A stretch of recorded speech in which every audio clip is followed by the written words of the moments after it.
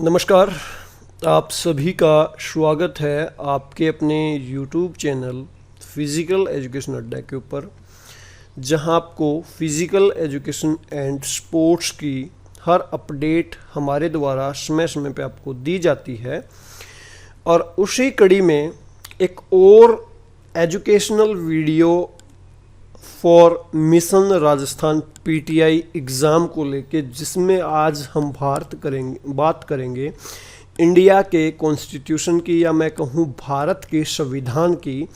जब हमने पहले कॉमन पेपर, प्रीवियस ईयर के कॉमन पेपर को कवर किया था, तो आपने देखे होंगे 5 से 6 क्वेश्चन वहाँ पे इंडियन कॉन्स्टिट्यूशन के ऊपर आए थे, इनकी भारतीय राज्य व्यवस्था के ऊपर जो है वहाँ पे आपने कुछ क्वेश्चंस देखे थे। तो आज की इस वीडियो में मैं ये तो नहीं कहूँगा कि एक ही वीडियो में कवर हो जाएगा, क्योंकि बहुत सारे पेजेस हैं और मैं कोशिश करूँगा सिर्फ इम्पोर्टेंट बातें आपको बताने की। यहाँ पे मैं ज़्यादा डीप में नहीं जाऊँगा, और डीप में आपको जाना है, कैसे जाओगे वो भी मैं आपको यहाँ पे बताने वाला हूँ, क्योंकि मैं आपको यहाँ पे एक आइडिया सा दूंगा कि मेन बातें कैसे पढ़ी जाती हैं, क्या हमें किसी भी सब्जेक्ट की मेन बातों को कैसे पिक करना चाहिए, एग्ज़ाम ओरिएंटेड बातें कैसे होती हैं। ठीक है, हालांकि एक बार आपको हर चीज़ को पढ़ना पड़ेगा, इसमें कोई दो राय नहीं है, लेकिन मैं आपको मोटा मोटी आइडिया दे दूंगा कि कैसे कौन सी लाइन यहाँ पे आपको उठानी है। ठीक है, तो वीडियो के साथ बने रहें, लास्ट तक जरूर देखें, बहुत ही ज़्यादा हेल्पफुल होने वाली है वीडियो।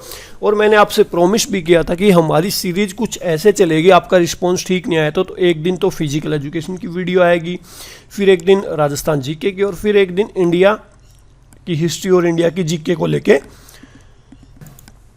हमारी वीडियो आएगी। तो आज थर्ड वीडियो है ये, हालांकि कंटिन्यू नहीं हो पा रहा है किसी कारण से, क्योंकि मेरा भी शेड्यूल थोड़ा सा बिजी रहता है, लेकिन जब भी वीडियोज आएंगी सीक्वेंस में आएंगी। हाँ, आपका रिस्पॉन्स ज़बरदस्त बढ़ता है,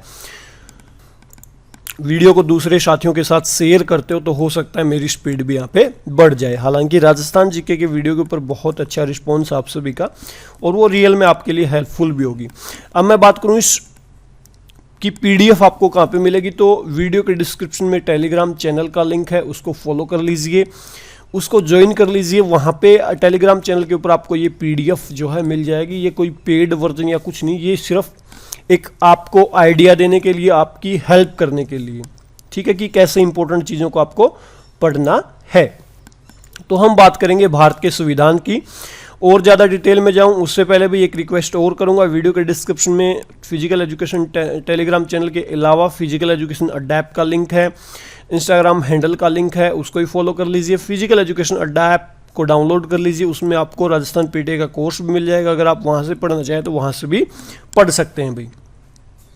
अब भारत के संविधान की बात करेंगे। संविधान होता क्या है दरअसल, ये भी एक प्रकार की लिखित किताब है, जिसमें लिखा गया है कि देश चलेगा कैसे। भाई देश में ऐसे सिचुएशन हो जाए तो उसे किस प्रकार से हमें सोल्व आउट करना, उसका क्या समाधान निकालना है। यही है, एक प्रकार का लिखित और मौलिक दस्तावेज है, जिसके आधार पर किसी भी देश की शासन व्यवस्था संचालित की जाती है। भारतीय संविधान का निर्माण करने वाली संविधान सभा का गठन, अच्छा यहीं से इंपॉर्टेंट क्वेश्चन शुरू हो जाते हैं भाई। ये जो भारत का संविधान बनाया था, ये संविधान सभा ने बनाया था, और इसका गठन कब हुआ? जुलाई 1946 में भी, कैबिनेट मिशन की संस्तुतियों पर भाई। ठीक है, ये भी क्वेश्चन बनता है, किसकी संस्तुतियों पर इसका गठन किया गया, कैबिनेट मिशन की, और कब बना? जुलाई 1946। कब बनी ये संविधान सभा? जुलाई 1946। यहीं से क्वेश्चन शुरू हो गए, और यहीं पे 2 क्वेश्चन आगे भी आपके। अब संविधान का निर्माण भाई, भारतीय संविधान विश्व का सबसे विशाल संविधान है। इसके निर्माण में 2 वर्ष 11 महीने और 18 दिन लगे थे। इस क्वेश्चन को भी आप रट लो, एग्जाम ओरिएंटेड है भाई। और आरंभ में इसमें था क्या? इसमें क्या था भाई? इसमें आरंभ में 395 अनुच्छेद थे, 22 भाग थे, 8 अनुसूचियां थी। बाकी इसमें बाद में जो है संविधान संशोधन होते रहे, कुछ ऐड होते रहे, कुछ घटते रहे। ठीक है, तो 395 अनुच्छेद, 22 भाग, 8 अनुसूचियां शुरुआत में इसके अंदर थी। ये बात आपको रट लेनी है। इसके बाद संविधान का निर्माण भारतीय जनता द्वारा चुने गए प्रतिनिधियों की संविधान सभा द्वारा किया गया था भाई। अब ये संविधान सभा बनी किससे थी? जैसे आज वर्तमान में इलेक्शन होते विधानसभा लोकसभा, उस टाइम पे भी इलेक्शन हुए थे।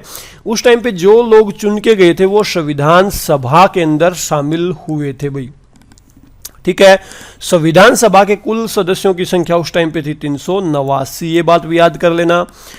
मतलब उस टाइम पे निर्धारित किया कि भाई संविधान सभा में इतने ही सदस्य होंगे तो इतने ही सदस्य इलेक्ट होके आएंगे। इसमें से 292 जो है ब्रिटिश प्रांतों से, 93 आपके थे देसी रियासतों से, और 4 कमिश्नरी क्षेत्रों के प्रतिनिधि शामिल होने थे भी इसके अंदर।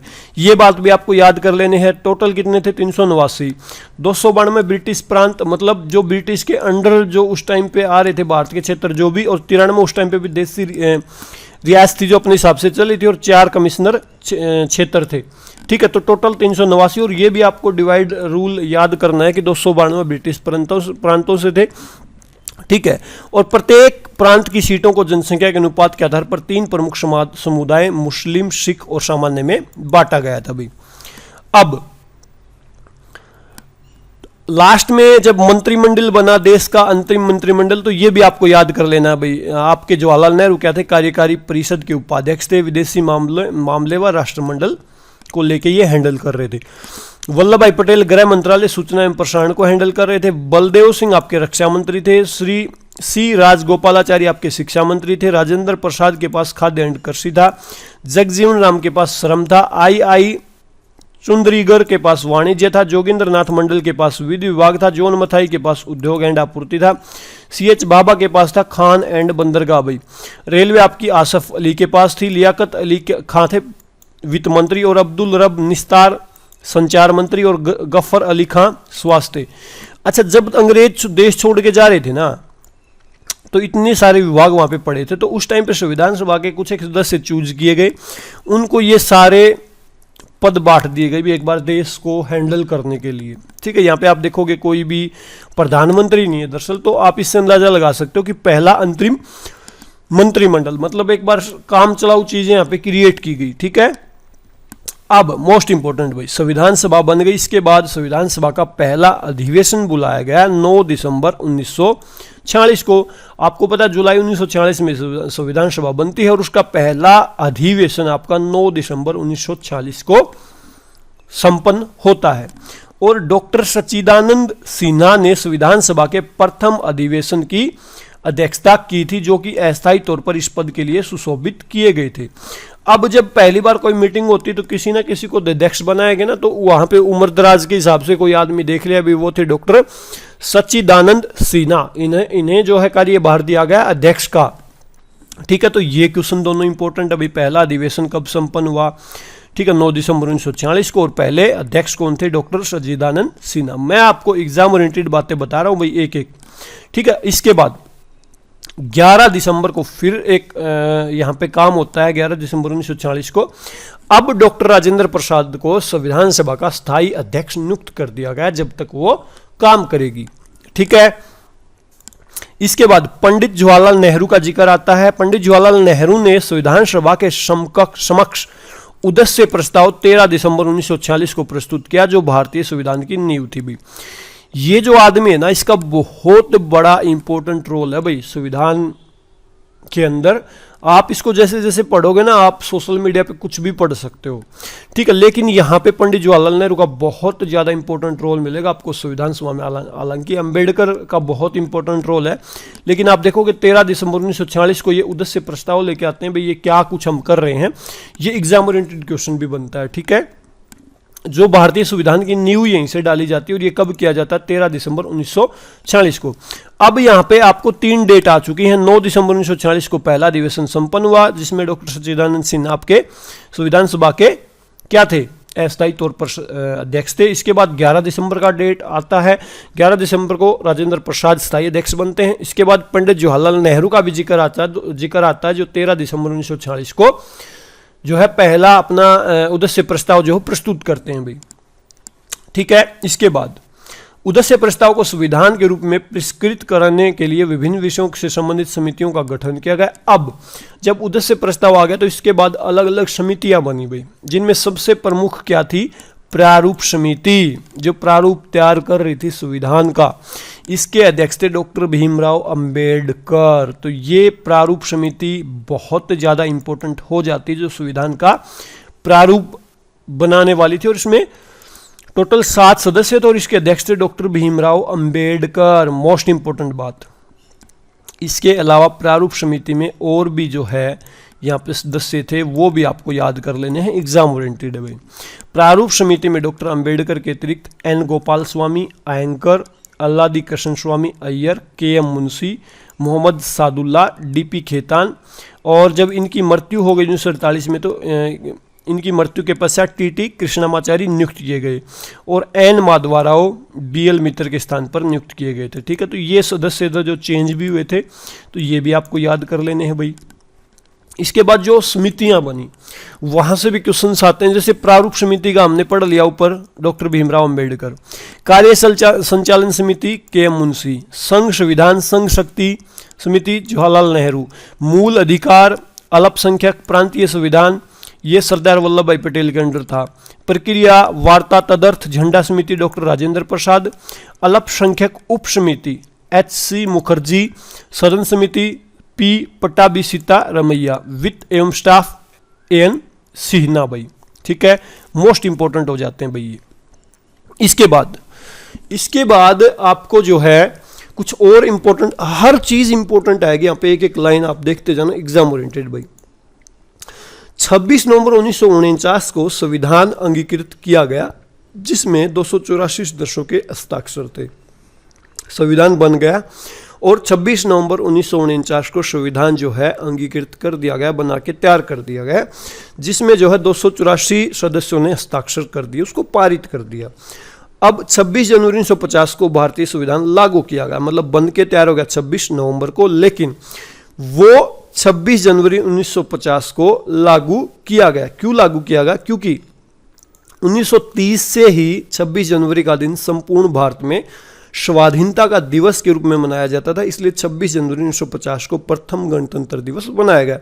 अब वो तैयार तो हो गया था 26 नवंबर को ही 1949 को, लेकिन वहां पे इंतजार किया गया भाई हम 20 सालों से 26 जनवरी को ही स्वाधीनता दिवस बनाते आ रहे हैं, तो क्यों ना इसको लागू भी 26 जनवरी को किया जाए, क्योंकि नवंबर तो दिसंबर के बाद 26 जनवरी आनी ही थी ऑलरेडी, तो वहां पे 26 जनवरी को ये लागू किया गया भी।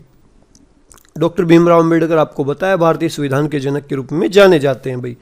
इसके बाद संविधान सभा की अंतिम बैठक होती है 24 जनवरी 1950 को।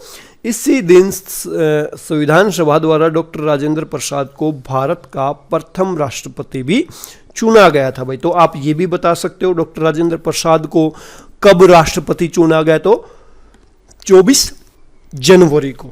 ठीक है, मोस्ट इंपॉर्टेंट बात, हमें ये तो पता था आज तक कि पहले राष्ट्रपति कौन थे, लेकिन अब ये भी पता चल गया बने कब थे, बनाए किसने थे। ठीक है, इसके बाद ये भारत के संविधान की प्रस्तावना है। हम भारत के लोगों में इसमें ज़्यादा वो नहीं करना चाहूँगा। ठीक है, इसको आप पढ़ लेना अपनी नॉलेज के लिए अच्छी, ये भी भाई हम क्या करेंगे क्या नहीं। अब जो ये प्रस्तावना बनती है 26 नवंबर 1949 को, जो भी है, ठीक है, इसमें बाद में एक संविधान संशोधन होता है भाई, 42वां संविधान संशोधन 1976 भाई। इसमें क्या जोड़ा जाता है, इसमें इसके बाद पंथ निरपेक्ष और समाजवादी शब्द भी जोड़ दिए जाते हैं प्रस्तावना के अंदर। शुरुआत में ये शब्द नहीं थे भाई, पंथ धर्मनिरपेक्ष और समाजवादी। बाद में 42वां संविधान संशोधन होता है 1976, तब इसमें पंथ निरपेक्ष और समाजवादी शब्द जोड़े जाते हैं और संविधान की प्रस्तावना को संविधान की कुंजी भी कहा जाता है। मोस्ट इंपॉर्टेंट, ये संविधान की कुंजी है भाई। ठीक है, इसको पढ़ लेना। इसके बाद भारत का जो संविधान बना ना, वो हमने क्रिएट नहीं किया, बल्कि हमने अलग अलग देशों से अलग अलग चीजें ली हैं। ठीक है भाई, अमेरिका के संविधान से हमने कोई चीज उठा ली, कॉपी कर ली, हमारे संविधान में शामिल कर ली। हमारे संविधान की सबसे अच्छी चीज ये है कि हमने अलग अलग देशों से चीजें ली हैं भाई, जहां पे जो भी चीज अच्छी थी हमने वो ही शामिल कर ली। ठीक है, तो अब हमें ये भी पता होना चाहिए कि कौन सी चीज कहां से ली गई है, एग्जाम ओरिएंटेड है भाई। सबसे पहले तो इस बात को देखो, भारतीय संविधान विश्व के विभिन्न संवैधानिक प्रावधानों तथा भारतीय शासन अधिनियम 1935 का परिष्कृत रूप है। ये क्या है भारतीय शासन अधिनियम 1935? ये अंग्रेज लेके आए थे भाई। ज्यादातर जो इंडिया का संविधान है इसी के ऊपर डिपेंड है, आज भी वही कानून चल रहे हैं और कुछ इसमें नए शामिल कर लिए गए। ठीक है, अब ब्रिटेन की आप बात करोगे, ब्रिटेन से क्या लिया गया? संसदीय शासन प्रणाली, कानून निर्माण प्रक्रिया, एकल नागरिकता, संसदीय विशेषाधिकार, मंत्रिपरिषद का लोकसभा के प्रति सामूहिक उत्तरदायित्व, राष्ट्रपति का संवैधानिक प्रमुख के रूप में अस्तित्व, अखिल भारतीय सेवा प्रणाली, द्विसदनीय व्यवस्था। ये सारी चीज़ हमने ब्रिटेन से ली है भाई। इसके बाद संयुक्त राज्य अमेरिका से आपकी प्रस्तावना ले ली जो हमने अभी ऊपर पढ़ी। स्वतंत्र एवं निष्पक्ष न्यायिक व्यवस्था, मौलिक अधिकार जो आगे आएंगे, न्यायिक पुनर्विलोकन, सर्वोच्च न्यायालय का गठन एवं अधिकार, उपराष्ट्रपति का पद भाई। इसके बाद कनाडा से हमने क्या लिया, शक्तियों का विभाजन, मतलब स्टेट किस प्रकार से चीज़ों को हैंडल करेंगे, केंद्र किस प्रकार से हैंडल करेगा, संज्ञानात्मक शासन व्यवस्था एवं अवशिष्ट शक्तियों का केंद्रीकरण, और इसके बाद केंद्र द्वारा राज्यपाल की नियुक्तियां भाई। ऑस्ट्रेलिया से लिए हमने समवर्ती सूची, दोनों सदनों की संयुक्त बैठक, व्यापार वाणिज्य और समागम की स्वतंत्रता। जापान से हमने ली विधि द्वारा स्थापित प्रक्रिया भाई। सोवियत संघ रूस से हमने क्या लिया, मौलिक कर्तव्य एवं नियोजन प्रणाली, प्रस्तावना के न्याय का आदर्श भाई। दक्षिण अफ्रीका से क्या लिया हमने, संविधान संशोधन प्रणाली, राज्यसभा के सदस्यों का निर्वाचन भाई। आयरलैंड से भी हमने कुछ लिया है, राज्य के नीति निर्देशक तत्व, राष्ट्रपति का निर्वाचन की जो पद्धति है वो, राज्यसभा के सदस्यों का निर्वाचन भाई। जर्मनी आपातकालीन उपबंध हमने लिए हैं। फ्रांस गणतंत्र प्रणाली, प्रस्तावना में स्वतंत्रता, क्षमता, बंधुता के आदर्श। ये सारी चीज़ हमने अलग अलग जो है कंट्री से ली हैं, मतलब हमारा संविधान ऑलरेडी अलग अलग देशों से कॉपी हमने किया है भाई। ठीक है, तो ये इंपॉर्टेंट बातें हमारे लिए हो जाती हैं भाई। इसके बाद भारतीय संविधान की विशेषताएं, ये हमारे लिए कोई जरूरी नहीं, एक बार आप पढ़ सकते हो भाई। लिखित एवं लोक निर्मित संविधान है, विभिन्न संविधानों से उद्धृत हुआ है, नम्य एवं अनम्य का मिश्रण है, विश्व का सर्वाधिक लंबा एवं विस्तृत, सब ये मतलब विशेषताएं बताई गई हैं भाई। अब भारत के प्रमुख अनुच्छेद दिए गए, जैसे हमने पढ़ा भाई शुरुआत में 395 अनुच्छेद थे हमारे संविधान में, तो अब उन अनुच्छेदों के अंदर जिक्र किस चीज का है, कौन से अनुच्छेद में किस चीज का जिक्र है, मोस्ट इंपॉर्टेंट बातें हैं भाई, एग्जाम ओरिएंटेड बातें ना। जैसे अनुच्छेद 1 में क्या बताया गया है, संघ का नाम और राज्य क्षेत्र बताया गया है। अनुच्छेद 2 में क्या बताया गया है, नए राज्य का प्रवेश या नए राज्य का गठन कैसे होगा। अनुच्छेद 3 में नए राज्यों का निर्माण और वर्तमान राज्यों के क्षेत्रों, सीमाओं या नामों में आप परिवर्तन कैसे करेंगे वो बताया गया है। ये है भाग 1 के अंदर भाई। ठीक है, यूनिट हो गई एक प्रकार के, फिर उसमें अलग अलग चैप्टर हो गए। इसके बाद भाग 2, इसमें 5 से 11 अनुच्छेद में बताया गया है नागरिकता का प्रावधान, मतलब हम इंडिया के नागरिक कैसे हैं, या कोई विदेश का नागरिक आता है वो इंडिया का नागरिक कैसे बन सकता है। फिर भाग 3 में आप जाओगे तो इसमें 12 से 35 अनुच्छेद और इसमें मौलिक अधिकारों का प्रावधान है, हमारे क्या क्या अधिकार हैं आम नागरिक के। ठीक है, इसके बाद भाग 4 में हम जाएंगे तो 36 से 51 में राज्य के नीति निर्देशक तत्व, मतलब राज्य कैसे काम करेंगे, स्टेट जैसे हरियाणा, राजस्थान या इंडिया भी एक प्रकार का स्टेट है, वो कैसे काम करेगा, ये 36 से 51 में बताया गया है। भाग 4A 51 का ये बाद में जोड़ा गया था, ये मौलिक कर्तव्य का जिक्र यहाँ पे किया गया है कि मौलिक कर्तव्य हमारे क्या करते, जैसे अधिकार तो हमारे हैं तो हमारे कुछ कर्तव्य बनते हैं, जैसे सरकारी संपत्ति को नुकसान ना पहुंचाएं या कोई पहुंचा रहा है उसको रोकें। ठीक है, इसके बाद भाग 5 में आप जाओगे तो अनुच्छेद 52 से 73 में भारत के राष्ट्रपति एवं उपराष्ट्रपति का संगठन और कार्य क्षेत्राधिकार, ठीक है, ये बताया गया है। इसमें आप और डिटेल में जाओगे तो पढ़ सकते हो भाई 81 लोकसभा का गठन, अच्छा ये भी इंपॉर्टेंट है भाई, 80 और 81 राज्यसभा का गठन, लोकसभा का गठन। ठीक है, 79 में संसद का गठन, ये सारे याद हो जाएं तो इससे बेटर कुछ नहीं भाई। इसके बाद अनुच्छेद 123 राष्ट्रपति को अध्यादेश जारी करने का अधिकार, ये शायद लास्ट ईयर आया हुआ था आपका। अनुच्छेद 124 में क्या किया गया, सर्वोच्च न्यायालय की स्थापना की गई सुप्रीम कोर्ट की भाई। इसके बाद भाग 6 देखेंगे आप, अनुच्छेद 152 से 162 राज्यपाल की नियुक्ति व अधिकार, अनुच्छेद 163 से 64 राज्य की मंत्रिपरिषद, अनुच्छेद 168 से 213 राज्य विधायिका, अनुच्छेद 216 उच्च न्यायालय का गठन भाई। ठीक है, भाग 8 में अनुच्छेद 239 दिल्ली के संबंध में विशेष उपबंध दिए गए हैं भाई। भाग 9 में क्या बताया गया है, 243 पंचायती राज का गठन और इसके अन्य उपबंध भाई, ये मोस्ट इंपॉर्टेंट है भाग 9 भाई। ठीक है, भाग 9 कै, इसमें भी देख लेना, ये कोई ज़्यादा इंपॉर्टेंट नहीं है। ठीक है, इसके बाद भाग 11 अवशिष्ट विधायक शक्तियाँ, भाग 12 इसमें भी फिर कुछ बताए गए हैं, वित्त आयोग का गठन, अनुच्छेद 280 मोस्ट इंपॉर्टेंट है भाई, और 267 भी इंपॉर्टेंट है, आकस्मिक निधि। ठीक है, इस प्रकार से आपको चीज़ें निकालनी पड़ेंगी भाई। 281 वित्त आयोग के गठन की सिफारिश। भाग 14 में क्या बताया गया है? अनुच्छेद 312 भारतीय अखिल सेवाएं, मतलब जो भी यूपीएससी सिविल सर्विसेज के एग्जाम होते हैं।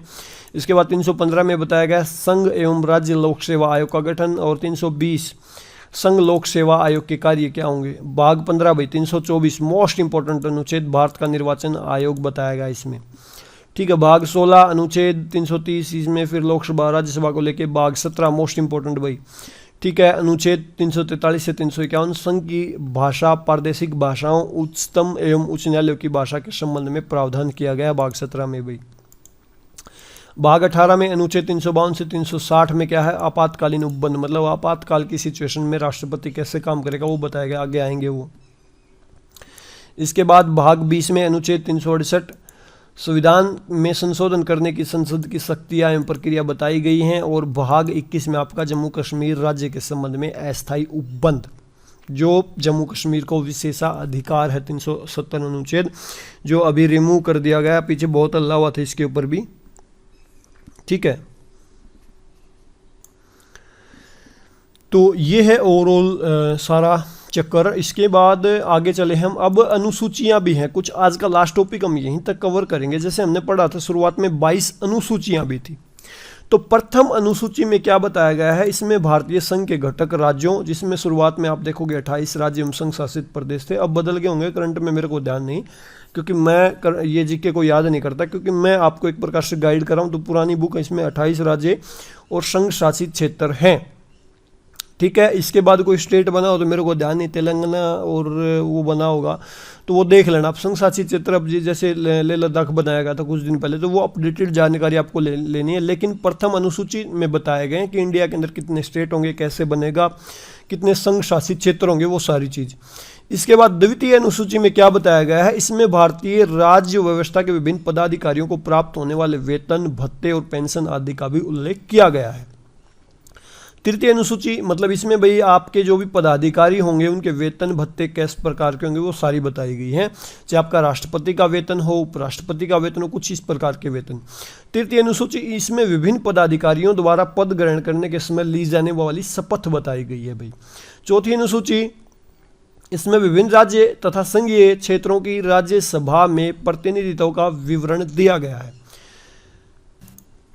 पांचवी अनुसूची इसमें विभिन्न अनुसूचित क्षेत्रों और अनुसूचित जनजाति के प्रशासन और नियंत्रण के बारे में उल्लेख किया गया है।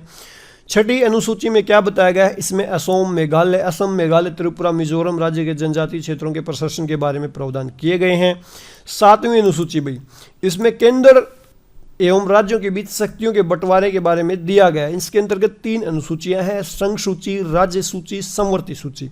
अब देखो इंडिया के अंदर 2 प्रकार की गवर्नमेंट काम करती है, एक तो होती है सेंट्रल गवर्नमेंट जो प्रधानमंत्री चूज होता है, फिर दूसरी गवर्नमेंट क्या होती है, अलग अलग स्टेट की सरकारें।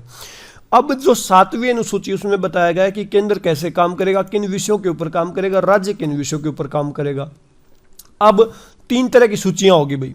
पहली संघ सूची जिसके ऊपर केंद्र काम करेगा, राज्य सूची जिसके ऊपर राज्य काम करेगा, समवर्ती सूची जिसके ऊपर केंद्र और राज्य दोनों ही अपने नियम बना सकते हैं, ठीक, जैसे शिक्षा, एजुकेशन दोनों ही काम करते हैं इसके ऊपर, ठीक है। वो आगे जिक्र भी आएगा, वो उदाहरण भी दिए हुए मिलेंगे। आप देखोगे संघ सूची, इसमें भाई शुरुआत, इसमें विषय बदलते रहते हैं, इतना इंपॉर्टेंट नहीं है, आप पढ़ भी लोगे वर्तमान में संघ सूची में कितने विषय हैं। जैसे वर्तमान बाद में 98 हो गए, लागू होने के समय 97 थे, बाद में इसमें 98 हो गए, अब हो सकता है चेंज हो गया।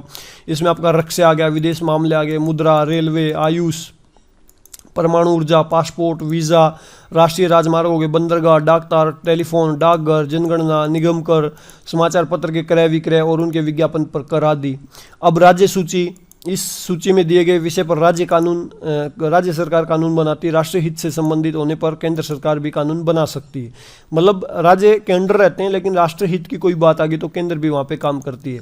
संविधान के लागू होने के समय इसके अंतर्गत 66 विषय थे, वर्तमान में 62 जब ये बुक प्रिंट हुई होगी, अब और भी चेंज हो गया होगा। जैसे कानून व्यवस्था होगी, पुलिस होगी, स्थानीय शासन हो गया, लोक स्वास्थ्य व स्वच्छता हो गया, अस्पताल हो गया, 100 अंतिम क्रिया होगी, कब्रिस्तान हो गया, बाजार हो गया, मेले हो गया, कृषि आय होगी, कृषि आय पर कर होगी, भूमि एवं भवन कर हो गया। अब समवर्ती सूची जिसमें दोनों ही काम कर सकते हैं, तो पहले 47 थे, वर्तमान में 52, अब और भी हो सकता चेंज हो गया, जैसे दंड विधि, विवाह और विवाह विच्छेद, वन, शिक्षा, विधिवर्ती, चिकित्सा वर्ती, जनसंख्या नियंत्रण एवं परिवार नियोजन, संपत्ति का अर्जन और अधिग्रहण, जन्म और मृत्यु का पूंजीकरण, विद्युत बाट और माप इत्यादि आदि भाई। ठीक है, ये आपका 7वीं अनुसूची का जिक्र था। इसमें जो है आपके क्या बताए गए हैं, शक्तियों के बंटवारे के बारे में बताया गया। मोस्ट इंपोर्टेंट है सारी की सारी सूचियां भाई। 8वीं अनुसूची, इसमें भारत की 22 भाषाओं का उल्लेख है, मतलब कौन सी भाषा भारत के अंदर होंगी। तो ये याद करनी इतनी ज़्यादा जरूरी नहीं, लेकिन आपको ये पता होना चाहिए भाषाओं का जिक्र कौन सी अनुसूची में है। इसके बाद 9वीं अनुसूची संविधान की, यह अनुसूची प्रथम संविधान संशोधन अधिनियम 1991 द्वारा जोड़ी गई थी। इसके अंतर्गत राज्य द्वारा संपत्ति के अधिग्रहण की विधियों का उल्लेख किया गया है भाई। ठीक है, मतलब आपकी जो संपत्ति उसको राज्य अधिग्रहण उसका कर सकता है। आप ये नहीं कि जमीन दोगे नहीं, जमीन छीन सकता आपसे, वो 9वीं अनुसूची में बताया गया। 10वीं अनुसूची, वह संविधान में 52वें संशोधन द्वारा जोड़ी गई थी। इसमें दल बदल से संबंधित प्रावधान का उल्लेख है, मतलब 1985 में 52वां संविधान संशोधन हुआ था जब ये जोड़ी गई भी 10वीं अनुसूची। इसमें बताया गया इलेक्शन के बाद कोई भी नेता दल बदल नहीं कर सकता भाई। ये नहीं वो बीजेपी के चुनाव चिन्ह पर इलेक्शन लड़ रहा है और फिर कांग्रेस में चला जाए, कांग्रेस के चुनाव चिन्ह पर इलेक्शन जीत गया उसके बाद बीजेपी में चला जाए, तो इसके ऊपर इसमें बताया गया है। 11वीं अनुसूची, यह अनुसूची संविधान में 73वें संविधान संशोधन द्वारा जोड़ी गई। इसमें पंचायती राज व्यवस्था के कार्य करने के 29 विषय प्रदान किए गए, मतलब पंचायतें कैसे चुनी जाएंगी, वो कैसे काम करेंगी। ठीक है, 73वां संविधान संशोधन 1993 में हुआ था, ये याद कर लेना। ये 52वां 1985 में, 73वां 1993 में, 73वां जब हुआ तो उसमें क्या जोड़ा गया। फिर 12वीं अनुसूची, यह अनुसूची संविधान में 74वें संविधान संशोधन 1993 द्वारा जोड़ी गई। इसमें शहरी क्षेत्र की स्थानीय स्वशासन संस्थाओं को कार्य करने के लिए 18 विषय दिए गए हैं, जैसे नगर निगम वगैरह होती हैं उससे रिलेटेड है भाई ये। ठीक है, इसके बाद हो गया ये 12 अनुसूची कंप्लीट हुई। ठीक है, संघ और राज्य क्षेत्र, संविधान का भाग 1 प्रथम अनुसूची और संघ इसके क्षेत्र से संबंधित है। ठीक है, संविधान का अनुच्छेद 1 के अनुसार इंडिया अर्थात भारत राज्य का संघ होगा। अनुच्छेद 3 के अनुसार वर्तमान राज्य क्षेत्रों में से नए राज्य के निर्माण के विषय में व्याख्या करता है। तो ये शॉर्टकट में बातें बताई गई हैं भाई। राज्यों का पुनर्गठन, स्वतंत्रता प्राप्ति के बाद देशी रियासतों और ब्रिटिश शासित भारतीय रियासतों का विलय कर दिया गया। भाषा के आधार पर 1953 में सर्वप्रथम आंध्र प्रदेश राज्य का गठन किया गया। मतलब भाई पहले तो सारी चीज़ें एक साथ की गई, बाद में अलग अलग स्टेट बनते रहे, स्टेट भी डिवाइड होते रहे समय समय पे। जैसे मैं आपसे पूछूं भाषा के आधार पर प्रथम राज्य कौन सा बना, तो वो बना था भाई आंध्र प्रदेश आपका 1953 में। इसके बाद में फजल अली आयोग की सिफारिश ने राज्य पुनर्गठन अधिनियम 1956 ने राज्यों के निर्माण का मार्ग प्रशस्त किया। इसके आधार पर 14 राज्य और 6 संघ शासित प्रदेशों का निर्माण हुआ। अच्छा, शुरुआत में भाषा के आधार पर डिवाइड कर रहे थे, लेकिन बाद में फजल अली आयोग बनता है और उसने वहाँ पे चीज़ें क्लियर की कि अब स्टेट बने किस आधार पे गए। ठीक है, 1 मई 1960 को मराठी एवं गुजराती भाषियों के बीच संघर्ष के कारण बम्बई राज्य का बंटवारा कर महाराष्ट्र और गुजरात 2 राज्यों की स्थापना की गई भाई। ठीक है, भारत सरकार ने 18 दिसंबर 1961 को गोवा दमन द्वीप को पुर्तगालियों से मुक्त कराकर उन पर पूर्ण अधिकार कर लिया। 12वें संविधान संशोधन द्वारा गोवा दमन एवं द्वीप को प्रथम परिशिष्ट में शामिल करके भारत का अंग बना दिया गया। नागा आंदोलन के कारण असोम को विभाजित करके 1 दिसंबर 1963 में नागालैंड को अलग राज्य बना दिए गए। बताए गए भाई कब कब अलग राज्य बने। 1 नवंबर 1966 को जैसे पंजाब को विभाजित करके पंजाब एवं हरियाणा 2 राज्य बने भाई।